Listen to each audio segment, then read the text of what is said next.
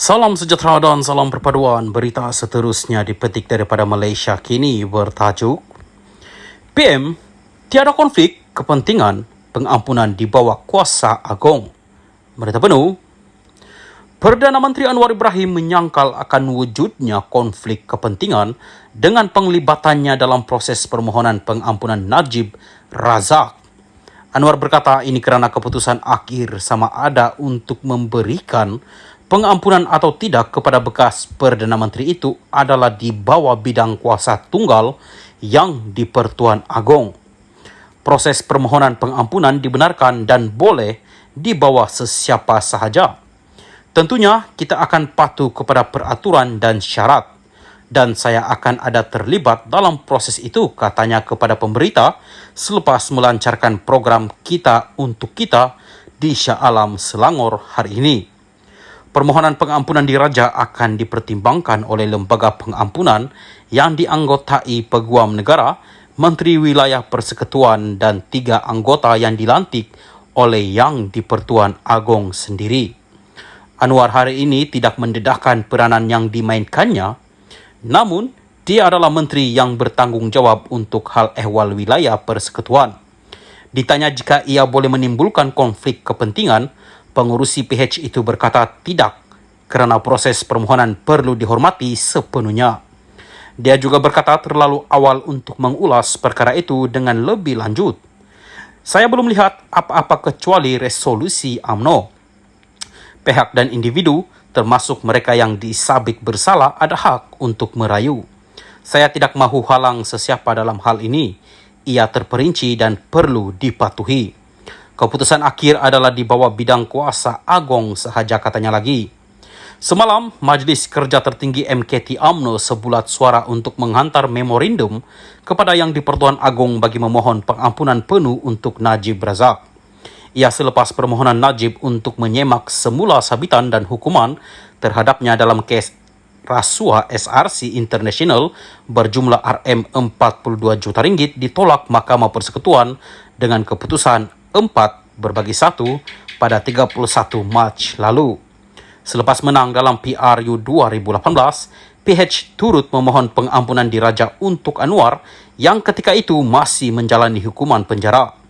Najib pada masa ini menjalani hukuman penjara 12 tahun selepas disabit bersalah dalam kes rasuah SRC International. Dia juga dihukum denda RM210 juta ringgit.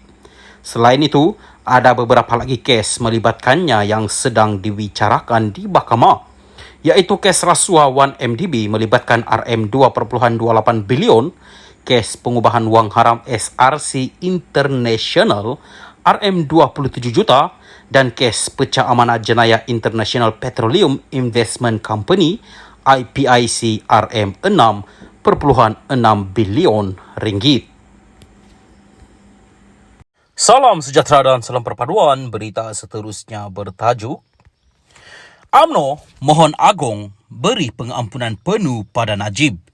Berita penuh, UMNO akan menghantar memorandum kepada Yang di-Pertuan Agong bagi memohon pengampunan penuh kepada bekas Perdana Menteri Najib Razak. Setiausaha Agung UMNO Ashraf Wajdi Dusuki berkata, Yang di-Pertuan Agong mempunyai kuasa berdasarkan perkara 42/1 Perlembagaan Persekutuan untuk memberi pengampunan penuh kepada Najib berdasarkan ehsan baginda. Majlis Kerja Tertinggi MKT merafak, sembah, menjunjung kasih ke bawah Duli Yang Maha Mulia Seri Paduka Baginda Yang di-Pertuan Agong dengan kerendahan diri memohon ehsan ke bawah Duli Tuanku untuk mempertimbangkan pengampunan penuh buat Datuk Seri Najib sebagaimana kuasa yang diperuntukkan di bawah perkara 42/1 Perlembagaan Persekutuan. Justru MKT sebulat suara bersetuju untuk memohon menghadap bagi mempersembahkan warka rayuan kepada Kebawah Duli Yang Maha Mulia Seri Paduka Baginda Yang di-Pertuan Agong beserta dengan memorandum yang ditandatangani oleh seluruh kepimpinan UMNO daripada 191 bahagian termasuk wanita dan sayap-sayap pergerakan pemuda dan putri UMNO, katanya dalam kenyataan hari ini. Ini selepas Mahkamah Persekutuan Jumaat lalu menolak permohonan bekas Perdana Menteri itu untuk menyemak semula sabitannya, termasuk hukuman penjara 12 tahun dan denda Rm210 juta ringgit dalam kes rasuah SRC International Rm42 juta ringgit. Daripada 5 hakim yang bersidang, hanya Hakim Besar Sabah dan Sarawak, Abdul Rahman Sebli, yang dalam penghakimannya bertentangannya berkata dia cenderung untuk memberikan Najib pembebasan. Ahli panel lain tidak bersetuju, menyebabkan keputusan majoriti 4-1 untuk menolak permohonan semakan bekas Perdana Menteri itu. Anggota lain yang menganggotai panel itu ialah Hakim Mahkamah Persekutuan Vernon Ong Lam Kiat, Rodzaria Bujang dan Nordin Hasan, serta Hakim Mahkamah Rayuan Abu Bakar Jais. Keputusan semakan itu selaras dengan keputusan pada 23 Ogos tahun lepas oleh panel Mahkamah Persekutuan berlainan yang dipengerusikan oleh Ketua Hakim Negara Tengku Maimun Tuan Mat yang mengekalkan keputusan bersalah Najib serta hukuman penjara 12 tahun dan denda Rm210 juta dalam kes rasuah itu. Selain mereka, seorang Hakim Mahkamah Tinggi dan 3 Hakim Mahkamah Rayuan juga telah pun membuat keputusan bahawa bekas Perdana Menteri itu bersalah.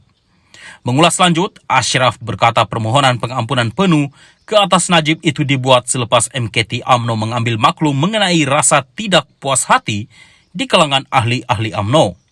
MKT mengambil maklum kedukacitaan dan kerasahan yang amat sangat ahli-ahli UMNO di akar umbi terhadap keputusan yang dilihat tidak adil seiring dengan kenyataan penghakiman yang dizahirkan oleh Hakim Besar Sabah dan Sarawak, kata Ashraf lagi.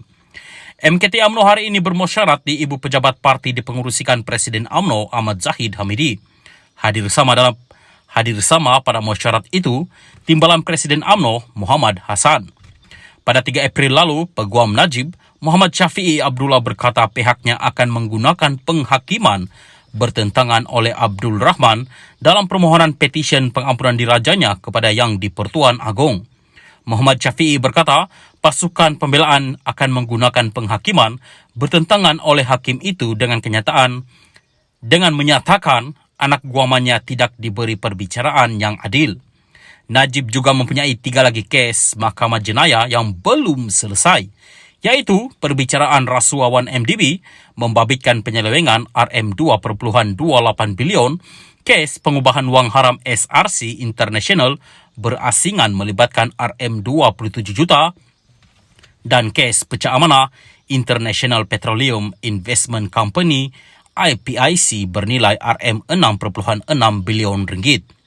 Walau bagaimanapun, satu-satu kes yang dimenangi bekas Perdana Menteri itu ialah dia telah diberikan pembebasan penuh dalam kes pindah lapor audit 1MDB. Namun, pihak pendakwaan telah merayu kepada Mahkamah Rayuan untuk membatalkan keputusan tersebut.